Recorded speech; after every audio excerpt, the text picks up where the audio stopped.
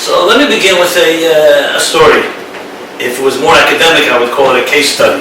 We'll call it a story. A good Jewish story. I deal with many different people. I counsel and I coach, and obviously one of the big issues people struggle with is grievances.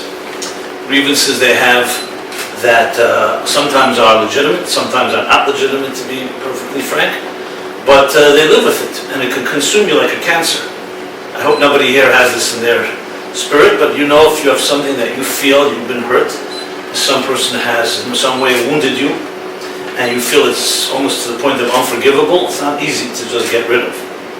So I'm not going to go around the room and ask if anybody has that. I don't think that would, if it was more of a group therapy, maybe we'd do that. If you insist on doing it, I'm not going to stop you. But from my end, it's fine. We speak the ideas, and we hope that it'll be applicable to every person in their own way. But obviously, the topic is much larger than just grievance and forgiveness and forgetting and so on. So let me just begin with one powerful story that happened with me personally, where I had to deal with a young woman who grew up in a very dysfunctional home, abused by her parents in more ways than one, physically, emotionally, even sexually. And it was, let's put it this way, it was not in her mind. It was not in her imagination. She truly was hurt. Where anyone hearing it would say she experienced a personal Holocaust. And how do you address something like that? I mean, just tell somebody, move on, grow, transcend. It's nice words when you haven't experienced it. But anyone that's has been hurt emotionally knows it's not something you can just tell someone to move on. Many people want to move on, but they can't move on because they are haunted by the nightmares, they're haunted by the different impacts, lack of trust. I mean, the implications of being hurt, especially when you're young, especially in a profound way by people that are supposed to have loved you, is not a simple matter. So I don't know if you're happy to be getting into something so heavy. But everybody here is over 18 adults, so we can talk about some painful things. And it's part of the reality of life. So she came to me, she knows me a number of years, she's been listening to me online, and then came to some of my classes, BC, before Corona. Now we're somewhere in between, and there'll be a day when it'll be AC, so we'll have a new era to talk about. And she felt she could trust me, so she opened up, and she said, it affects every aspect of my life. I can't find healthy relationships because it always comes back to me, can I trust this person? I'm always testing people. I have challenges in every area that are what one would consider to be intimate, personal, commitment, trust, love. Yes, I get by, I have a good job, I'm secure, and I feel financially and on a material level things are working fine. But on an internal level, and every type of therapy I've tried has not worked. So what do you say? Any ideas? And obviously I'm going to share what I have to say. But my point that I'm saying is it's not easy. If you really identify with someone and empathize with them, you can't just say, as I said before, let's just move on. How do you balance, on one hand, acknowledging and validating the feelings, at the same time helping someone grow through them? So I'm not going to give you a type of quick fix that I said something and there we go, overnight, she was healed. I know we all like happy endings. She still struggles. But it was a living example among many that I think we can really use as something that we can all apply in our own way. I'm using an extreme example, obviously, because extreme examples usually make the point in a more crystallized way. But at the same time, the fact of the matter is, even if it's not that extreme, we all have a measure of elements like that, where you feel you feel hurt, you have a grudge, maybe resentment or anger. As I said, it could be legitimate, maybe it's not always completely legitimate. How do you deal with that? And we have to always throw into the equation the fact that we're all subjective. When you're subjective, you have additional blind spots and biases. And are you maybe overdoing it? Is there a way to free yourself? So generally speaking in psychology, you'll find that there are different schools of thought on this matter, but you find an interesting twist here.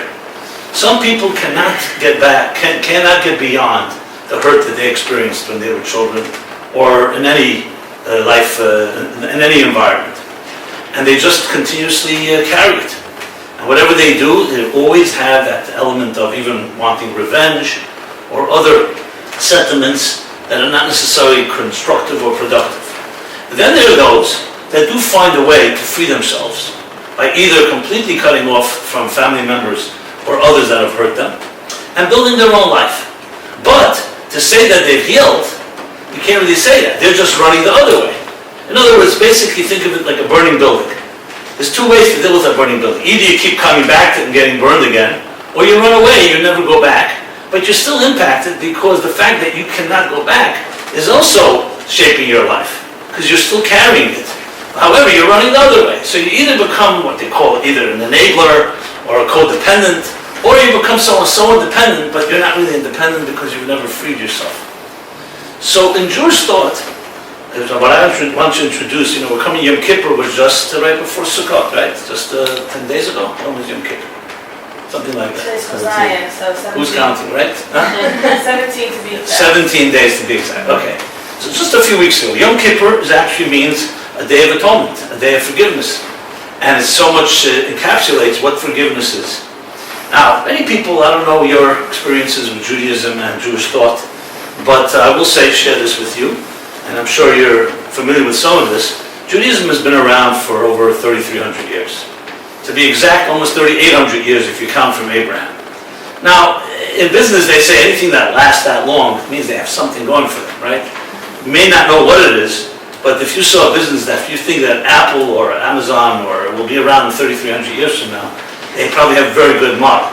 Most of us don't believe that will happen, no matter how powerful they are. The Roman Empire was stronger than any empire, and there's no remnant of it. You don't even know who their descendants are. And here we are, a nation, with our challenges, and with our ignorance at times, and our alienations, and everybody, anyone sitting in this room obviously connects in some way, but for everyone sitting here, there's, I would say, 1,000 Jews that wouldn't come into a room like this. I don't mean anything about your room. I mean any type of room that has any Jewish association. I've had, I don't know, called the privilege, but the opportunity to meet many Jews that would never go into a synagogue or shul or Jewish or JCC or any Jewish environment, Chabad or not Chabad. And the reason is because either they're completely alienated or they dismiss the whole thing as one big joke, primitive, etc.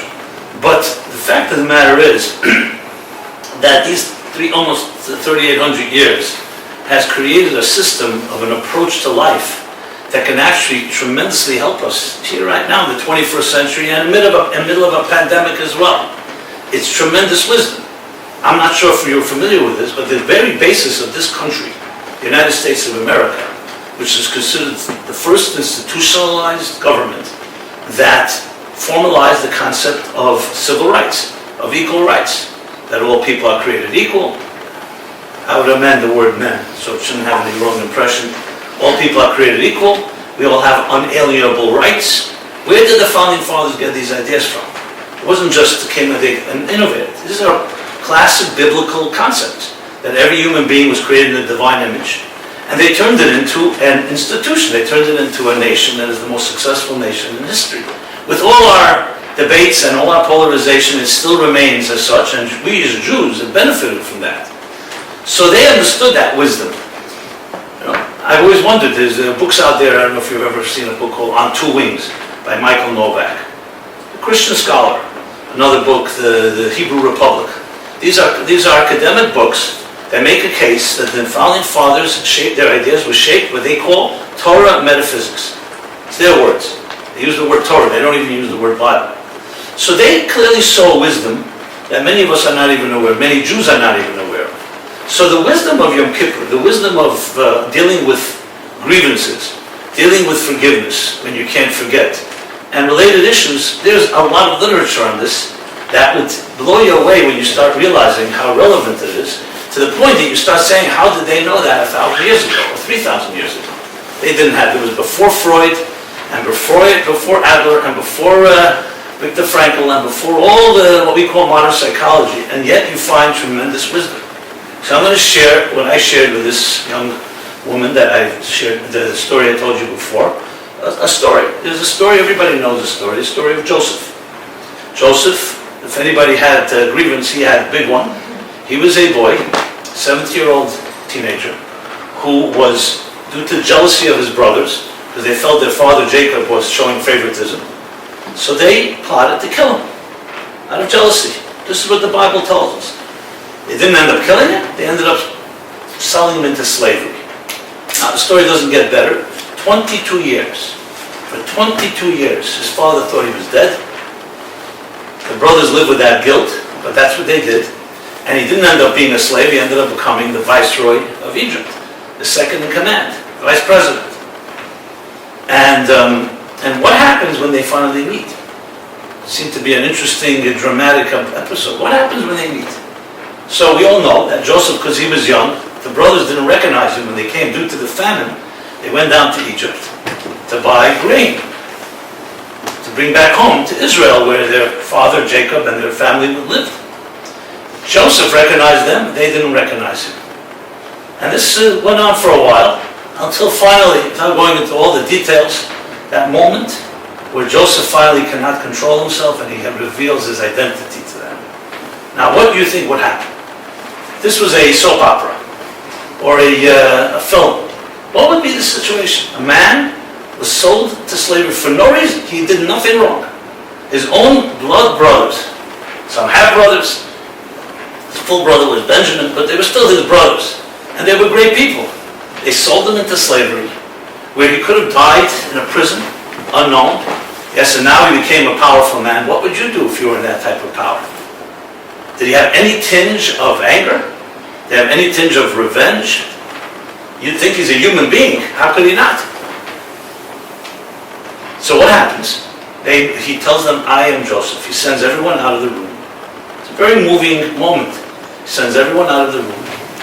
I'll just give you one more tidbit I want to add before I get to what actually happens. So what provokes him to finally reveal his identity? Because his brother Judah, who is actually the mastermind behind this whole conspiracy. So of all the brothers, Judah was the worst. He sees Judah stands up and says, when Joseph says, I want Benjamin to remain here with me.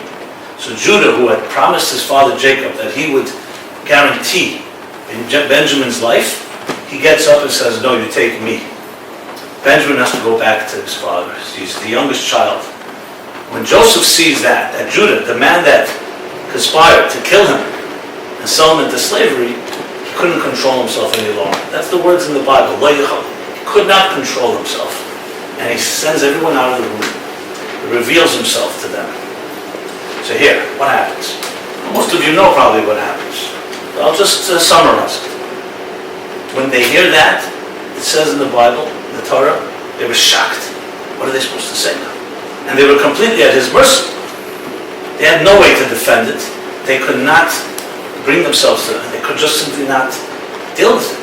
When Joseph sees how shocked they are and how disturbed they are, it wasn't just to save their own skin. It was their whole, going back 22 years, it's a lifetime. Joseph says to them words that till this day, the Zohar tells us these words have protected the Jewish people in all of history because he rose to the occasion in a way that is unprecedented. He said to them, you did not send me here. It is God that put me here. In order that I bring you and our father Jacob and our entire nation sustenance. Because if I was not here, we would all die from the famine. Because it was Joseph that masterminded the whole approach to store the grain for 7 years when it was plenty. So when the famine struck, there was grain that saved their lives. He says, you did not send me here. God sent me here. And he repeats it a number of times. So of course the obvious question is, yes, Joseph is on that level. Can any of us even imagine ourselves behaving in that way? If you saw the Nazis come to you and they say, we want your forgiveness for what we did to your parents or your brothers and sisters, our answer would be, go to them and get forgiveness. How am I to forgive you for what you did? The atrocities, the blood-boiling atrocities. And yet Joseph was able to rise to this occasion. So this itself is a whole study in human nature. What exactly did Joseph know that he was able to do that? What can we learn from it? I shared the story with the woman I mentioned earlier. I'll tell you what happened. She started crying. Because she got it. In an interesting way, as angry as she was, she understood. She said exactly these words. She says, so how do I become a Joseph? how can I experience what he experienced? I would do anything to be able to go there. I don't want to live with my parents. I don't want them to be demons in my head, have sleepless nights, I can't trust, and all the other consequences. I would love to be like Joseph. So I said, so let's study it together. And I realized that was the opening. Instead of me giving her advice and some type of waxing eloquent and pontificating about how to forgive and so on, I said, let's study this story. Here's a real human being, real life. And as I mentioned, the Zohar says, because Joseph was able to step aside and not think about himself and realize that there's a bigger picture, his children and all of us today have been blessed with many blessings because he was able to suspend his own interest for the greater good. Now, it all sounds great and romantic and noble, but as I said, when it comes down to it, apply it to any situation that you're angry at someone right now that may have hurt you or insulted you. It's not going to be that easy just to become a Joseph. So what did this man know? What did he know that we can learn from? This goes right to the heart of Yom Kippur itself. Yom Kippur, the story of Yom Kippur, is the story of forgiveness. The Jewish people, as a whole, also did a terrible betrayal. God told them, I am your God, do not build false gods.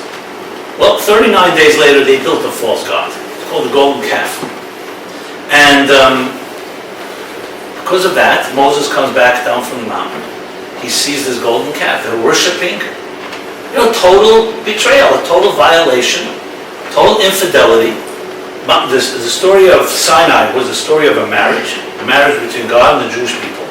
And the spouse had basically cheated on her husband, the Jewish people on God. What do you do now? What do you do? And it's obvious, there's no escaping the facts. Moses, of course, reprimands them, but he marches back. Before he marches back, he breaks the tablets. And then he marches back up on the mountain. And what does he do? He beseeches God, he prays to God to forgive the people. There's a whole chapter in the Torah, which I find to be one of the most powerful chapters, this intimate conversation between a man like Moses and God. And essentially, just paraphrasing, Moses says to God, look, they did a terrible crime. And God says to him, exactly right. So go build yourself another nation. You're not part of this. You were up in the mountain with me when all this happened. And Moses said, no, I'm not going to build another nation because all human beings are flawed. You created us as not perfect human beings. So I'm not defending what they did. They're accountable and they're responsible. But if you don't give me the ability to tell them that there's the power of forgiveness and there's hope, then there's no use. The whole human race will always fail. And Moses, for 80 days, 2 sets of 40 days, argued with God. I would have loved to be there to see exactly what happened. How a man stood up to God and would not take no for an answer. He would not take no for an answer. And to put, as I said, paraphrase, Moses says to God, forgive them. You're the one that made the law. You can also forgive them that day when they broke the law. And God said, no, I created a world of cause and effect. You put your hand in fire, it gets burned. What do you want me to do? They did this to themselves. I didn't do it to them. That was not up to me. They have free choice. And Moses said, well, you created the laws. Yes, you can create a situation where even if someone puts their hand in fire, they still can heal. And you know what happens? Moses wins out. It took 80 days. 40 days to get the law, 80 days for forgiveness. And Yom Kippur is the holiest day of the year. Many people have no clue. Why is it the holiest day of the year? Why that day? Why not Sukkot? Why not Simchas Torah? Why not Purim? Why not Passover? It's because it's the only day in history where a man prevailed over God and was able to gain the greatest gift in life. I always ask people, what do you think is the greatest gift? People say, I should have a life without any worries. No, the greatest gift of life is no matter what challenge you have the strength to be able to deal with it. That's a realistic request. What Moses gained was the birth on Yom Kippur of hope. That's why right after Kol Nidre, what do we say? Right after Kol Nidre 3 times we say Moses, and we said that God says, I have forgiven them as you have requested me to do. Now you can ask the question, God didn't know he would forgive. Why did he need 80 days of Moses knocking down the doors? Obviously God knew he would forgive, but He knew he wanted a man to reach deeper and say you have deep love between both of you, meaning the people and God. And if you dig deeper, you'll find that love. Now these events that I just described, the story of Joseph, the story of Moses, these are things that do not happen every day. Tell me how many people you know have that capacity.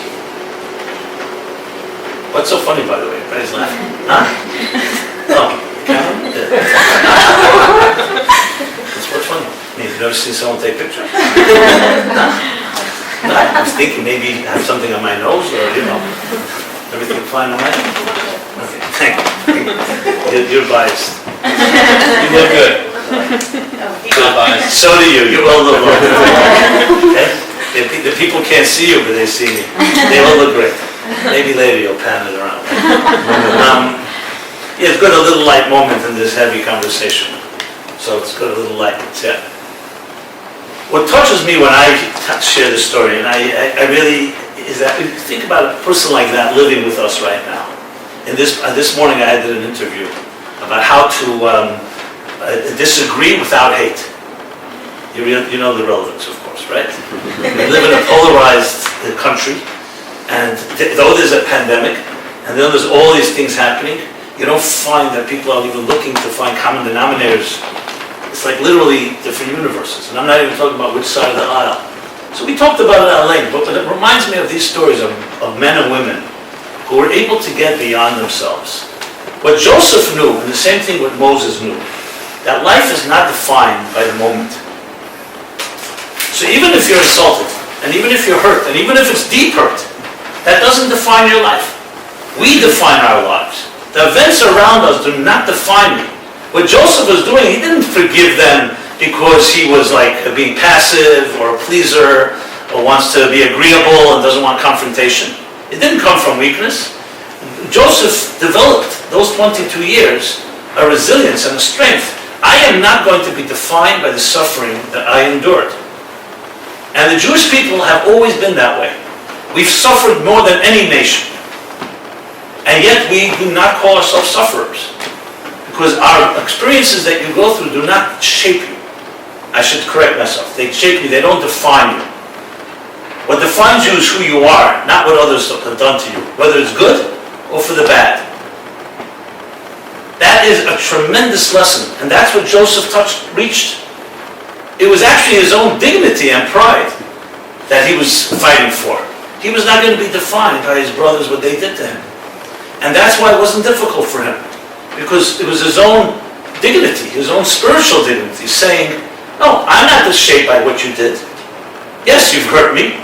It's between you and God, between you and yourselves and your guilt and your conscience. You want to know who I am? I am a person who came to Egypt and I discovered greatness. I became a second in command and I saved the world. And I'm not saying that not in an arrogant way, in a humble way. Share a story with you that happened with my father, your grandfather. My Gershon is named after. Right. And actually I'm sharing it because today I got an email from someone, a voice note from someone, and they told me how it helped them. I'll share both stories with you. My father passed away 15 years ago. He was a journalist. His name was Jacobson. In 1989, Rosh Hashanah Yom Kippur, he ended up in the hospital. He had a mini stroke. He suffered from diabetes and other issues. He ends up in the hospital. He was very close with the reason you're here, which is called the Lubavitcher Rebbe. They were close. On Erev Yom Kippur, the day before Yom Kippur, I was summoned by the Rebbe to get a piece of lekach. Lekach is a piece of honey cake, which we give each other on the day before Yom Kippur for a sweet, healthy year. And the Rebbe told me in Yiddish, give this 2 pieces of cake. Give this to your father, and you should have a sweet and healthy year. Then he smiles and says to me, tell your father that when he finishes the mission for which he was sent to the hospital, he'll be released from there. Okay. I make my way off right before Yom Kippur, that early afternoon. I'm off to NYU, where my father was. My mother was there with him. I give him the cake. I give him the message the Rebbe shared. Okay. My mother started running around, if you know my mother.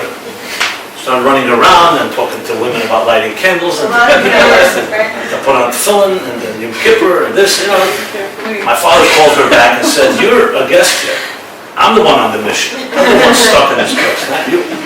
So it's my mission here. Now let me do it my way, And whatever he did, just to show you that this wasn't like a cute little line, the day after Yom Kippur, the Rebbe's chief of staff, his main secretary, comes, visits. He was already an old man, ailing, but he came all the way to Manhattan from Crown Heights. And he says, the Rebbe wants to know, did you finish your mission yet? Now tell me something. Anybody goes to a hospital for missions? Who even wants to go to a hospital? It's not exactly you go there for sightseeing tours or for enjoyment. You go there because you have no choice. My father was in danger. He had a stroke.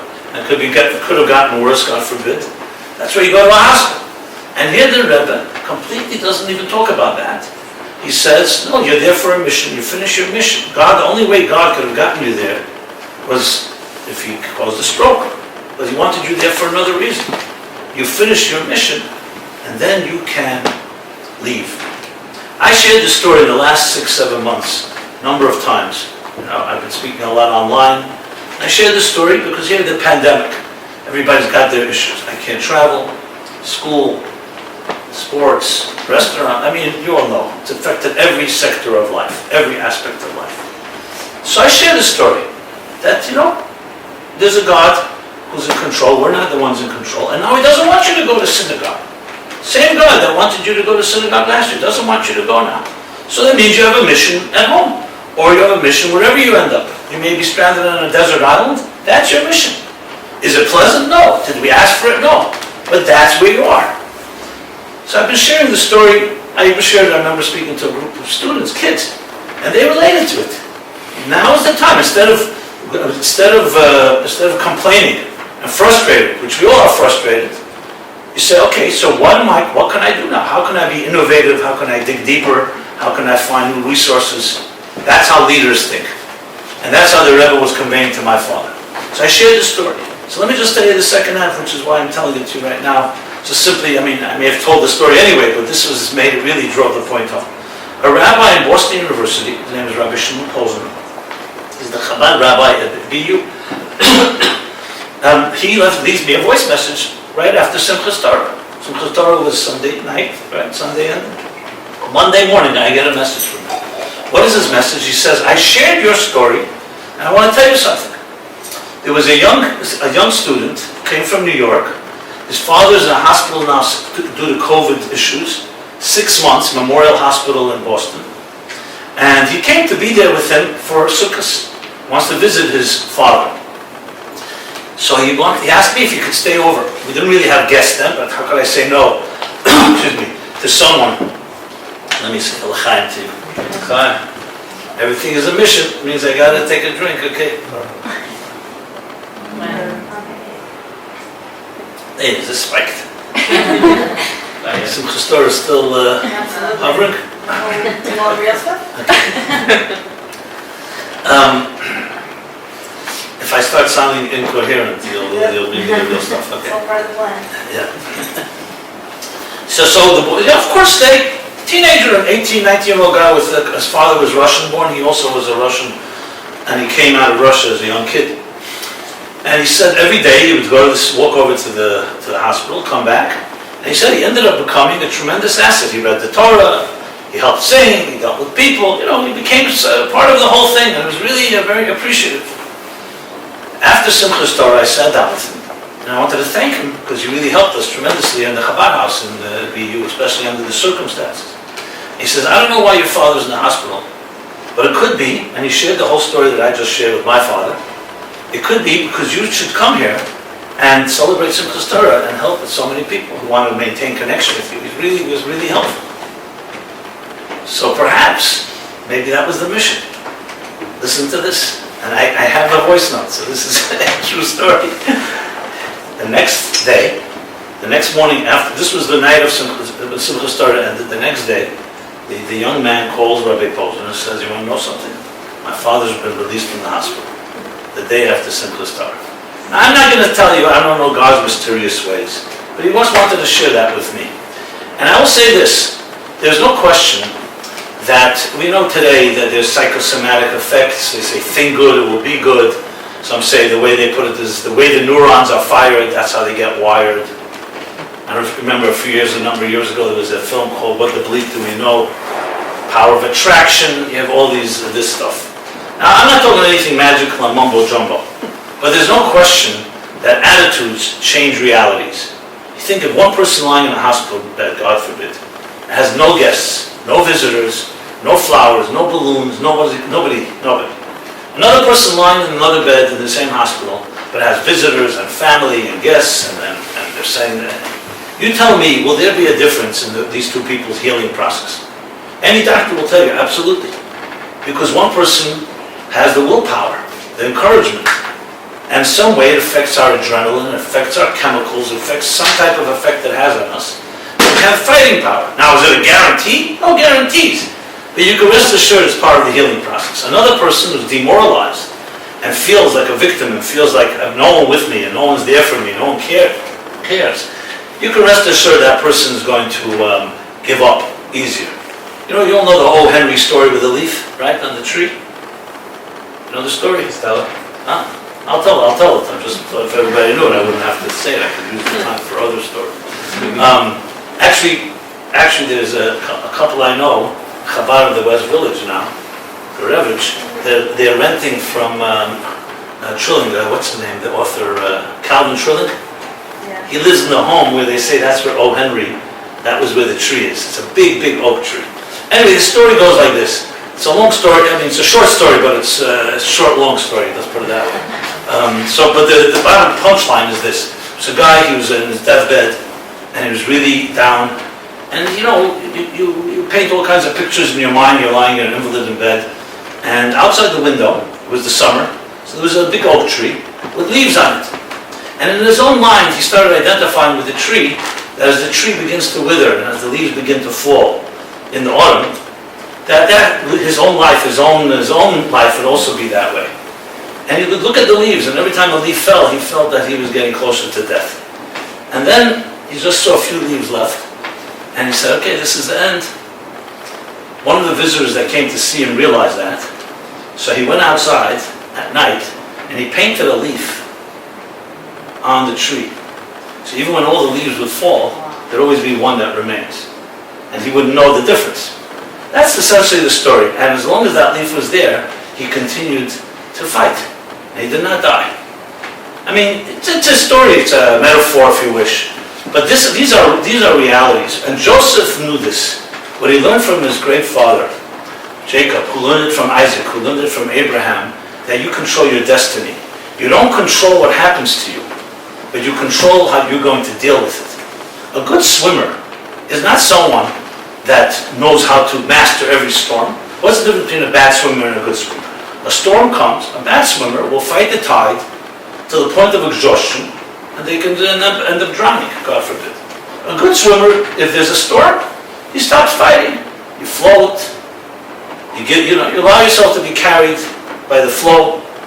And then, when things calm down, you continue swimming. It's all about navigation.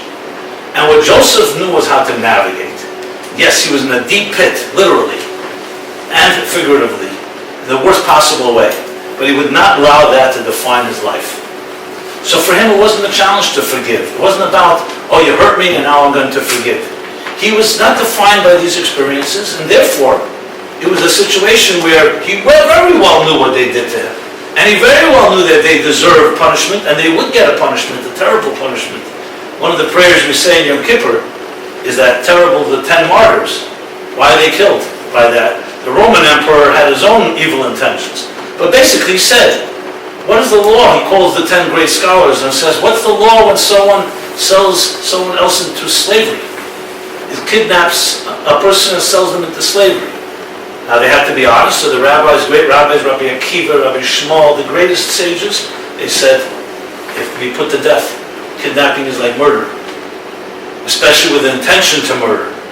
So the emperor, he had his own intentions, said, well, that's what your grandparents did. The 10 tribes sold their brother into slavery, and they were never punished for it. And they send someone up to heaven to find out if this is true. One of the saddest prayers I don't know if you ever paid attention to it. And they're put to death in the most barbaric way. So clearly the brothers were not exactly right in what they did. But Joseph was not going to be part of this. This does not define who he is. They deserve that. That would be God's choice. It would not be him part of it. You know, the word for forgiveness in Hebrew, anyone knows the word for forgiveness? Mechila. Mechila, machal. Machal has another meaning. It means a circle. It means a circle. When we're born, newborn children, everything is like freshly fallen snow. I know we're far from the snows after everything we've gone through, but just as a metaphor, as an example. So it's like freshly fallen snow. You're clean, pure, innocent. The first time somebody hurts you, the first time you experience toxic behavior, it's like someone trampling on the snow. And then as life goes on, we all get stepped on, let's put it that way. If we have healthier parents and a healthier environment, and a nurturing environment, it happens less and later in life. But we live in a hostile world. So we have a perfect circle when we're born. What happens is this circle is broken. When is it broken? When a trust is breached, when a promise is broken, when someone who loves you doesn't behave in a loving way, when you're lied to, when you see deception or duplicity. You know, you ever think of this? When is the first time a child lies? When is the first time you ever lied? I know I'm suggesting that you've lied in your life, but I'm assuming that you're like me. So we probably lied once or twice. Children don't lie. That's why their parents have to tell them, don't say everything that's going on at home. Because what you see is what you get. So you know where we learn? We learn from our parents. The first time we see them being deceptive, that's how children are. They cease to be seamless, and we become somewhat duplicitous in some way. So our circle gets broken.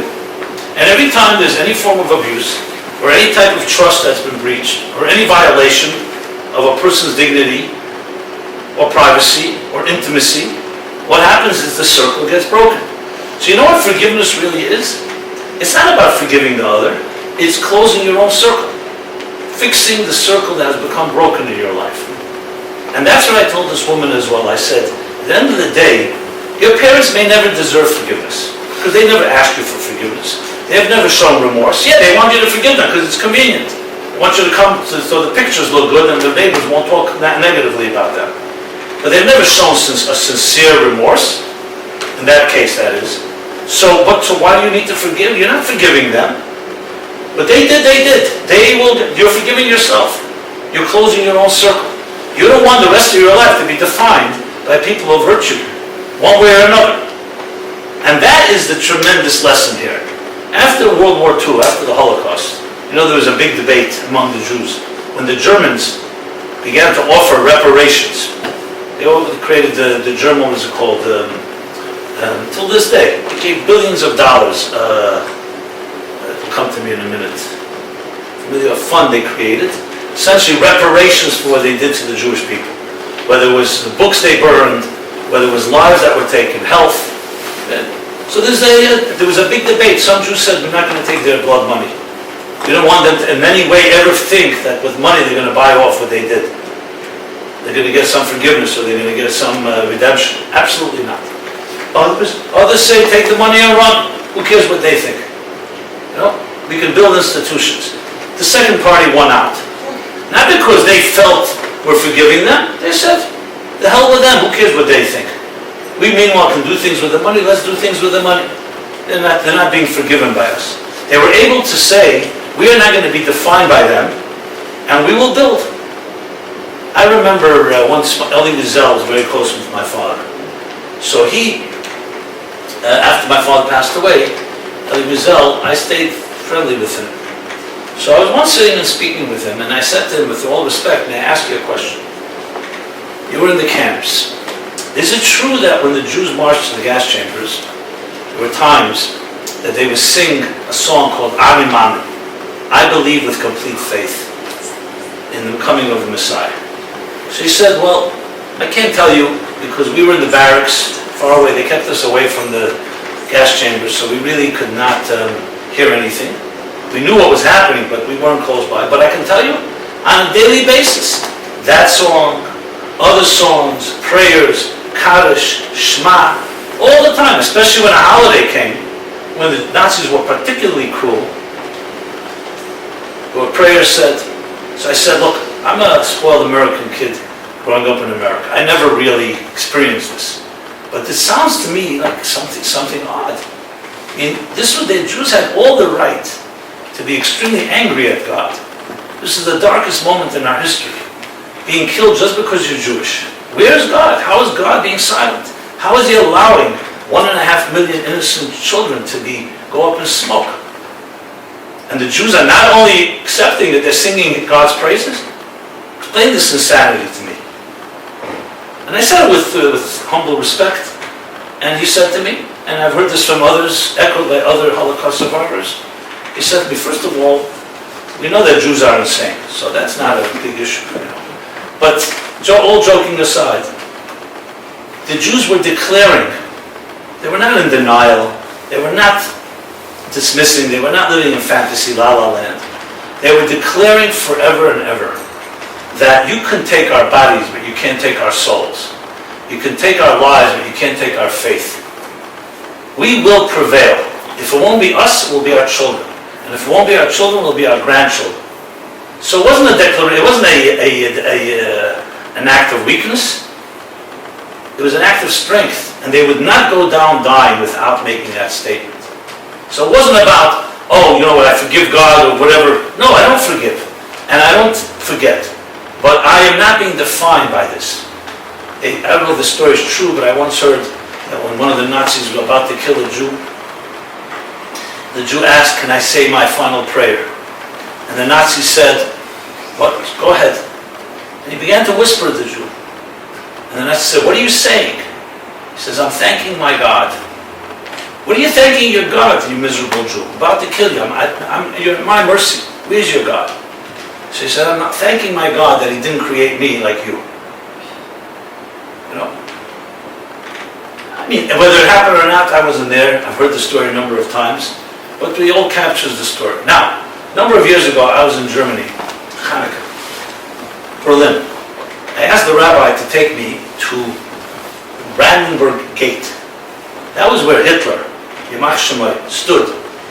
Hundreds of thousands. You see the images, the videos, the legions of his Jugendrat, and him going, Hitler right there. What is there now, Hanukkah, where Hitler stood 80 years ago? A Hanukkah menorah. Kid you not, a Hanukkah menorah. And when I asked the rabbi, I said, how'd you pull that off? The Christmas trees are to the right and to the left. He says, I convinced the curator that for the choreography of the moment, it would really be cool to have the menorah with a light in the middle and the trees on the sides and all that. And you have little Jewish children running around, going to Cheder Yeshiva, lighting candles, Shabbos. The Nazis' children and grandchildren change their names. They're hiding their identity. They don't want anyone to know who they are. So I'm not in any way dismissing or in any way justifying or explaining away the Holocaust. 6 million, a third of our nation is decimated. They'll never forget that. But we don't forgive them either, but we forgive ourselves. And we even forgive God in a way. Because we're not going to become defined by their bestiality. And that's why we're here today. And we will build, and we continue to build. Now you could say, all this sounds something beyond us. No, these people are regular people. I know Joseph was not a regular person. But the lesson of Joseph, exactly what the Rebbe told me to tell my father. Your life, you're on a mission. When you're on a mission, whether you're in a dark place or in a light place, they're both parts of your mission. You navigate whatever it may be. And you become a greater person in the process. I have to say this. I've seen people who carry grudges, even with their brothers and sisters. Often it's about things that are not anything in our category. I know brothers that don't talk to each other simply because of money. Now that may sound insane, but I'm sure you know some people like that, and I hope none of you are in that situation. So you're telling me, I met a multi-billionaire whose 2 children don't speak to him. He's always been controlling them with money. He wasn't particularly abusive, but he thought he could buy everything, and he essentially destroyed their lives in the process. He knows me, and he knows I know his children. I said to him, so, he says, what could you do to bring us together? I said, would you be willing to give away your billions to give it to me and I'll take care of it? I didn't, not quite like that. That was not my intention. I I said to him, "Were you ready to give away the billions? Tell God, I'll give away the billions, but I'll have my children back in my life."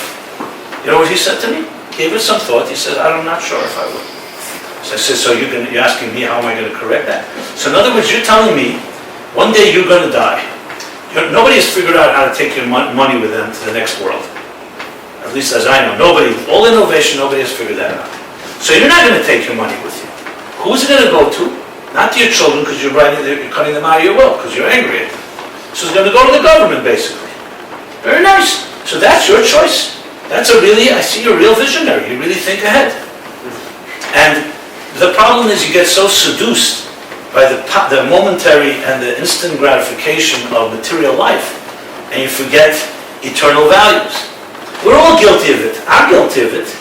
As a matter of fact, one of my favorite themes lately, the pandemic in a way, has taken away many of our comfort zones, security blankets. I mean, you come to think about it, a lot of people tell me, "You know what, I once couldn't live without a baseball game. Now the whole thing, I don't give a damn. What do I care?" You know? Or not to go to twice a week to a new restaurant. My whole life was around that. A museum and this. Suddenly we realize that all these things, that we become spoiled. And I'm not saying we should have. You know, we all would have loved to have, we went back to the old norm, as they keep saying it. But as everyone thought it would be over by June. So okay, the nightmare lasted for 3 months, and now it's back to normal. Let's go back to our cafes. Now it's dragging on a little longer. Maybe once a century, God decides He wants to remind people that you're not in control of your life, really, but you're in control of your attitude. And it's interesting, I don't know how all of you think about it, but I see it as like a real test of who you are. You want to know what a character, a person is like? You don't see when they're comfortable, you see when they're not comfortable. You know, they say, I don't know who they say it about, but it's like a tea bag. You want to know how strong you are, you don't know how strong a tea bag is until you put it into hot water.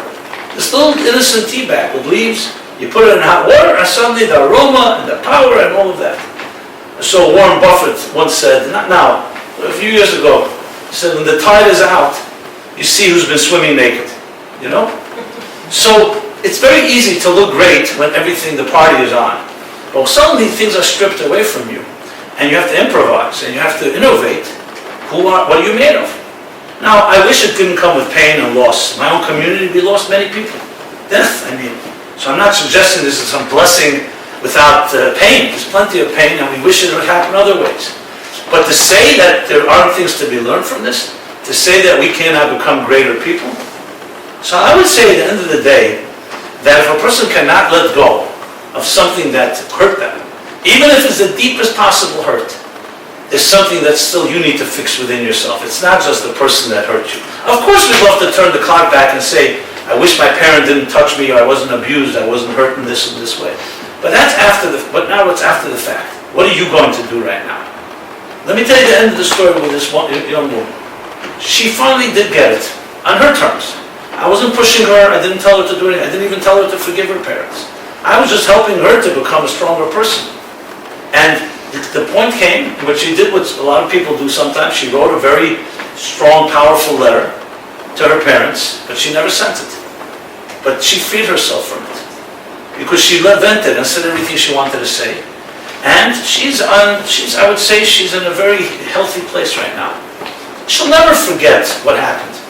That void is there. Of course she wants to have a healthy mother and a healthy father. Who doesn't want to have the nurturing and the love that we all deserve? But I feel that she's freed herself a bit. And I think within a year or two she'll probably find the right guy. Because now she has the openness. And it took time.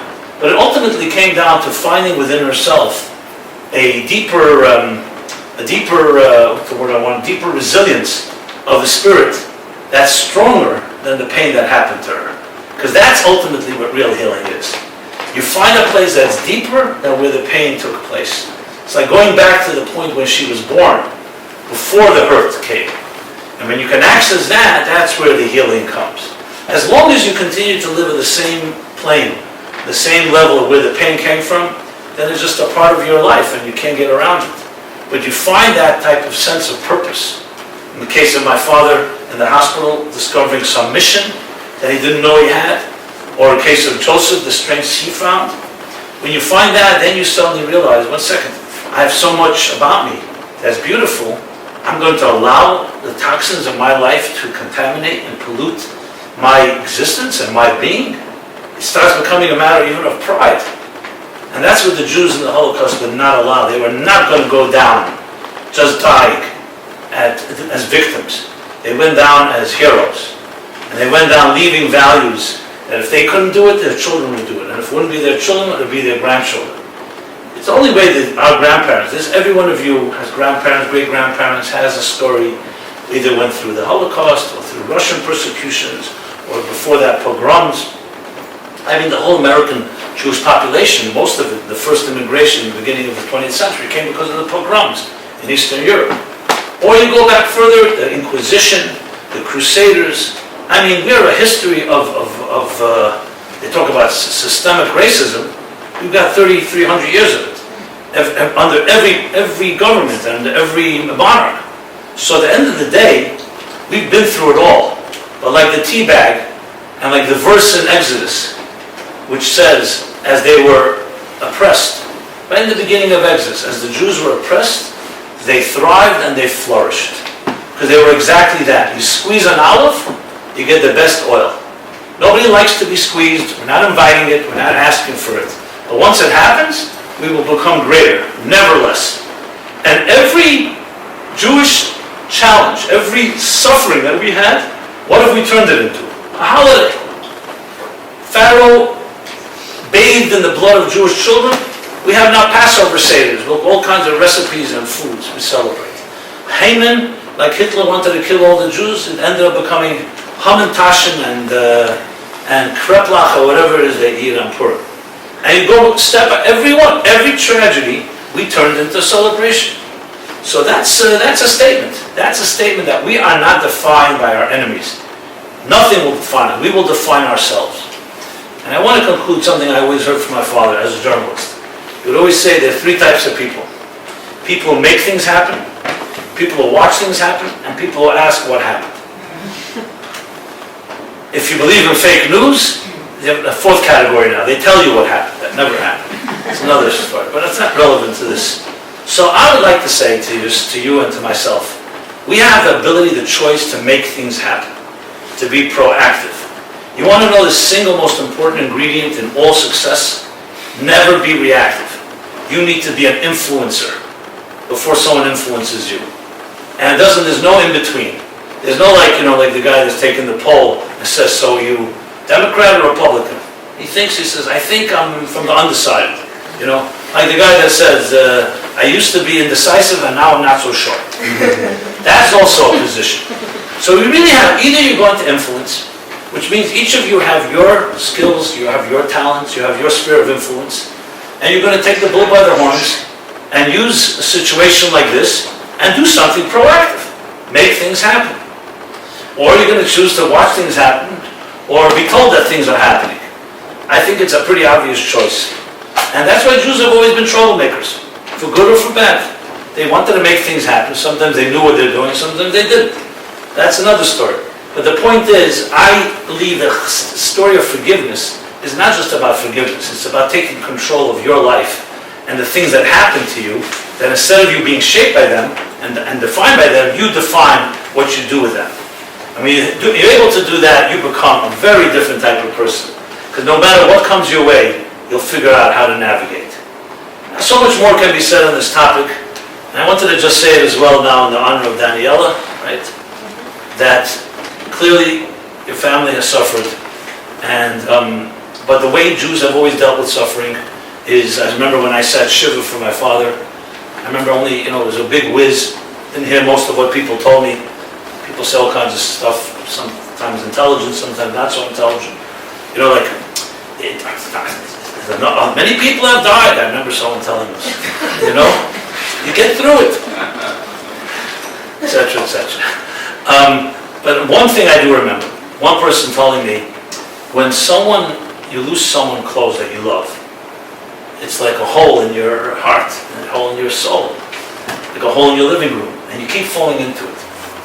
And one day, the hole doesn't go away. You never forget the hole. You can always access it, and often you remember it even when you don't want to. But you learn to walk around it. And I found that to be something really empowering until this day.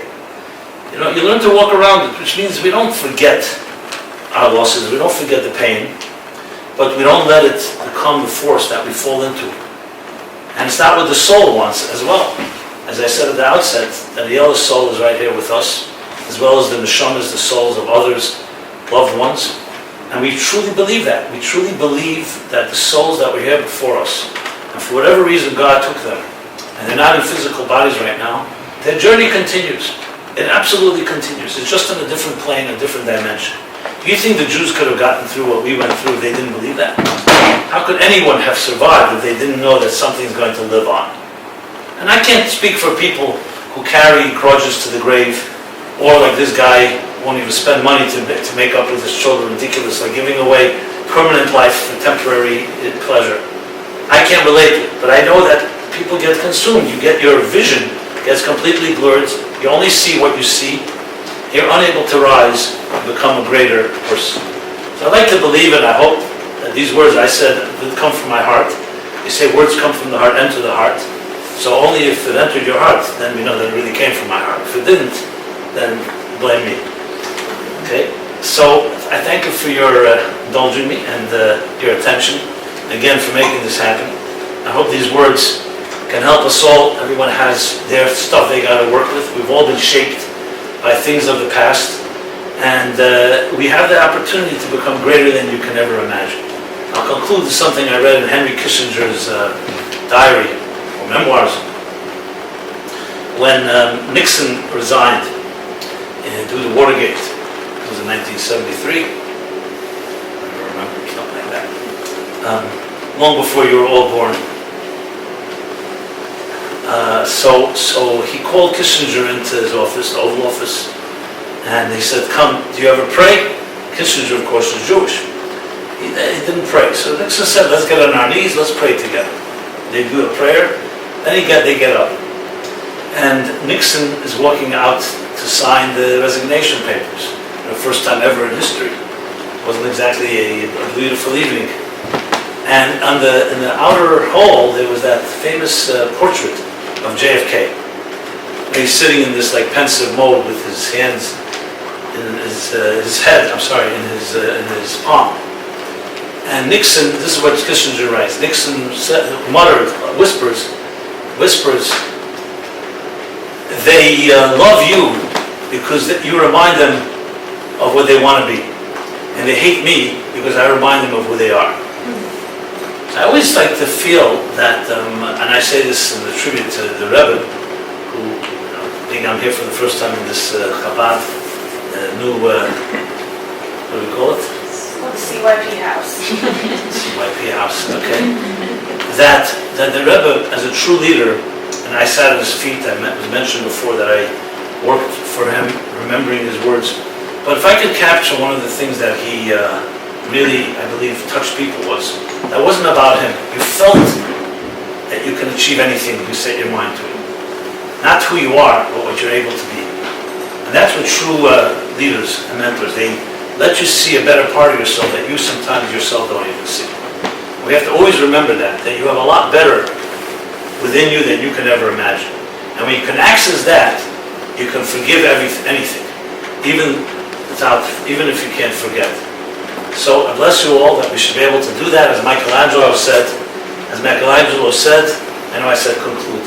When the speaker says conclude, it means another 20 minutes now. Another 1 minute. Michelangelo said when they asked him, "How do you sculpt those beautiful angels in the marble?" And he said the following. He said, "I see the angel trapped in the marble, and I carved and set her free." So we don't create beauty. You have the beauty within you. You have the angel, the music, the soul, the flower. But sometimes it gets trapped in concrete, or in marble, or in concrete, or in other substances. And we have to carve away. And then that angel is set free. And you can spread your wings, soar, and achieve anything you set your mind to. So may we use this time, especially coming from the holidays, especially in this pandemic time, see it as that pressure that's going to bring the best out of you, and really rise to the occasion and be something far better than you ever could have imagined. So I thank you all for listening to me. We're all musical notes in a large composition, and may we remember the day when our grandparents and great-grandparents and ourselves see the full fruition of the vision of what they gave their life for. And that is a world peace, a world of harmony within diversity of all nations, no war, no famine, no ignorance, no hatred, a world of diversity but beautiful love that connects us all. So thank you very much.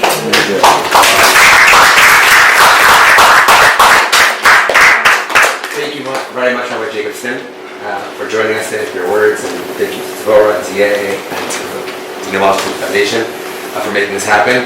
As we have heard, Rabbi Jacobson has had the unique privilege and experience of working with and working for the Lubavitch Rebbe, and has a lot of insights on many different topics of human nature, which can be seen in his books, or Meaningful Life, that I highly recommend everybody reading. If you don't have it, you have to get it. Yes. But if anybody has any questions about tonight's conversation or about anything else? Yeah, I'm happy to take questions. No holds barred questions. You can ask anything you like. Nothing is taboo. And I do press conferences. Yes. I will tell you, just in case you do have questions we don't cover, you can easily access me. meaningfullife.com is a website. We, especially lately, the last few months, have been producing literally non-stop programming. This is a full, robust schedule of events and different online stuff and text, video, audio, you name it, podcasts, on all the platforms. Okay, so, go for it. Sometimes Joseph had the chance to speak to his audience, to actually express himself and, complete that circle. What happened? Do you need to complete that circle? Do you need to speak to those people? How do you complete that circle with them? Okay, that's a good question. Look, first of all, you can complete the circle even without anyone else. If, for example, a lot of people have difficulty, a parent who's hurt them has died, and they feel they never really got their revenge, or never had reconciliation, never had resolution. So it's impossible to say your circle is dependent on someone else. It's true, someone can hurt you, but you can fill your circle many different ways. So if to take I'll just give different scenarios. There are people who are alive that have hurt us, and they just refuse to acknowledge it. I said, yeah, out of convenience, maybe they just want you to forgive them to get rid of so-called bad blood. They say, bygones is bygones, and you say, one second, it's not exactly bygones. You basically stuck a knife into my heart, twisted it, and it continues to cause me to bleed. So it's not exactly bygone. You get even angrier because they try to minimize it and dismiss it. So then I would say you don't really have a partner. You don't have someone who's even willing to work. So then you could pray for their soul, but I wouldn't suggest going into the line of fire. I've told people who have parents who insist that they come see them. I say it may not be healthy for you because you're going to just get more toxins coming your way. Now, if it's a scenario where a parent, I'll give you an example. I have no scenarios where parents actually do come to an epiphany or an awareness, and it's authentic. I'm not talking about playing games. So then you have someone to talk to. That obviously has another dimension to it. So I think it's case by case. You have to look at who you're dealing with, what kind of hurt happened, and what you do with it. Now you have to be ready to accept. Some people just want the parent or let's put it this way, the perpetrator, to some way acknowledge something. And they're almost obsessed with it. You may not get it, to be very honest. But you have to remember, God does not put you in a situation that your destiny is dependent on another person. If they remain cruel or insensitive, then it's their problem. The circle has to be completed by you. It could be completed through the people you do love. There are people who have been hurt and don't want to get married because they don't want to bring children that they may hurt. And I always tell them, that's on the opposite. That's how you redeem it. Have children and don't do to them what was done to you. And many who actually do it and take the lead discover redemption that way. So there's many ways to go about it. It's hard to really speak about it in general terms because every case is different. But there's no question. I would definitely advise talking to someone you trust, a mentor or a friend, colleague, because they can help sometimes. They have a certain distance. They're not emotionally entangled. So they can give a little more perspective. Having someone like that can be very helpful because you also want to know, should I push, should I not push? Like, let's say you're in doubt. Maybe the perpetrator would acknowledge if approached the right way. And then you live with that guilt. Should I challenge them or not? So it's good to run it by someone because you don't want to obsess the rest of your life with a situation, bang your head against the wall, there's no one to talk to. And there are unfortunately different situations. Some people just cannot, whatever reason, they can't find a way to become greater themselves, and they remain who they remain, you know. Now, I have to acknowledge, I don't have personally ever suffered in such a way, but I've seen a lot of it, and I think I can relate to it. But I do want to make the disclaimer that I don't have the credibility of someone that I can say, you know, I suffered as much as you did, and I got through it. I want to say that, but I do know people that have, and I know them by name, and I know people who become, I'm in awe of how refined they are, how they allowed, how they harnessed and they channeled all their anger into constructive ways, and they build beautiful lives, and they help others in that regard. You know, so if any of you are dealing with any of these issues, if you want to call me privately, anonymously even, I'm happy to speak. I'm happy to maybe advise some, and I know people who've gone through stuff that can be really helpful. There's no one like someone who's gone through the fire, because they just have a certain credibility and experience that you can't put in a book. And unfortunately, we live in a world where a lot of hurt, a lot of parents have hurt children, sometimes knowingly, sometimes not knowingly. And not just parents and children, you know, we hurt each other. People even we love. I don't like to quote Oscar Wilde, but he has a lot of good quotes. But he said, we kill the things we love most. So that's a pretty cynical statement. I don't want to say that because I don't believe that's true. But it's true, we could kill things we love. Because either we don't understand, or we try to do it on our terms, or we think we have it figured out, or we want to control the situation. To really do justice, you have to be sensitive to the nuances of every situation is different. So there's no blanket thing. What I spoke about was, I think, principles that we can learn from Joseph and so on. But then applying it you need to know the circumstances. And again, I've seen unbelievable. I mean, the greatest people I personally know are the people who've gone through such challenges, because they became extremely refined, very, very clear, honesty. The honesty of people who've suffered and come through it is humbling. But most of us are not that honest. When you have to face something and really acknowledge it, and people have to realize that honesty. There's also, of course, I should mention the fear.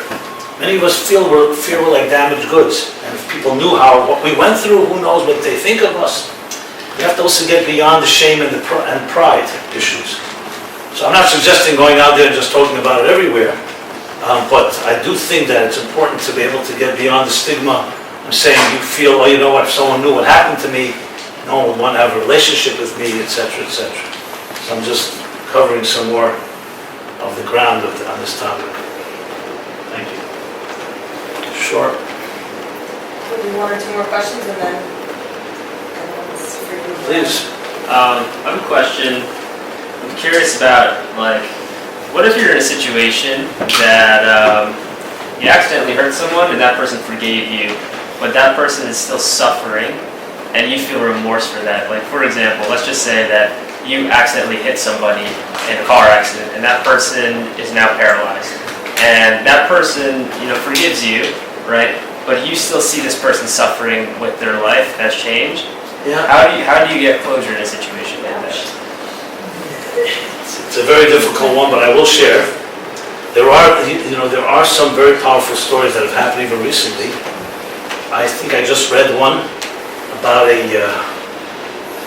cop, a crooked cop, a corrupt cop, who put away someone in prison for completely false accusations, and now they're best friends, and they've created an organization dealing with corruption and stuff like that.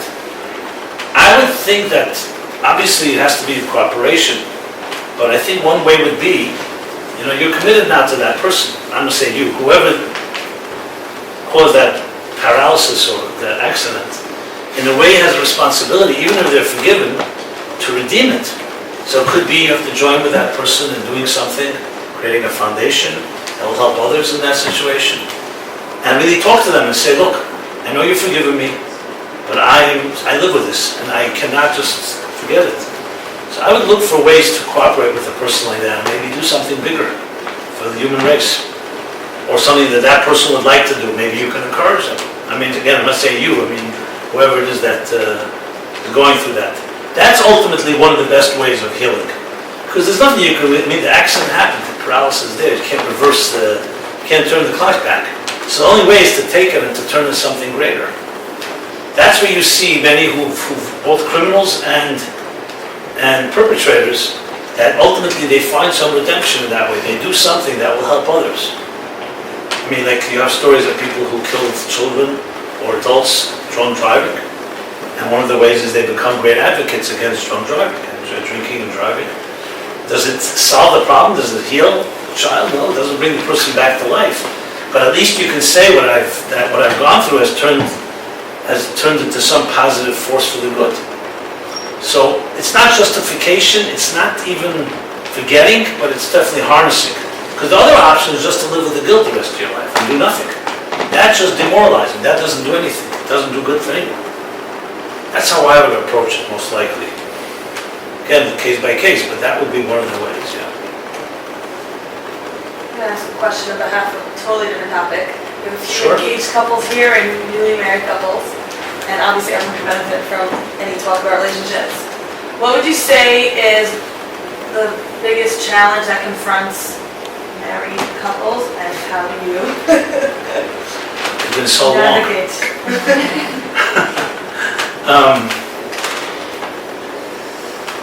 It's a whole evening of its own, but Yes, I okay. know. Just a little It's fine. It's fine. relationship tidbit. I'll segue from what we spoke about. I think certain principles. Look, everybody offers secrets to healthy relationships. And you know they're not working because they keep being on the bestseller list. Because if it did work, why do you need another book, right? So clearly it's like this pursuit for perfection. I think some of the Jewish secrets, because again I go back to 3,800 years of history, our grandparents must have done something right. If the divorce rate was then as it is today, none of us would be here. So they did something right. I would just, if I could put it into a formula, I think some of you may be familiar with this concept in Hasidic thought that's called bittul. You've ever heard the word bittul?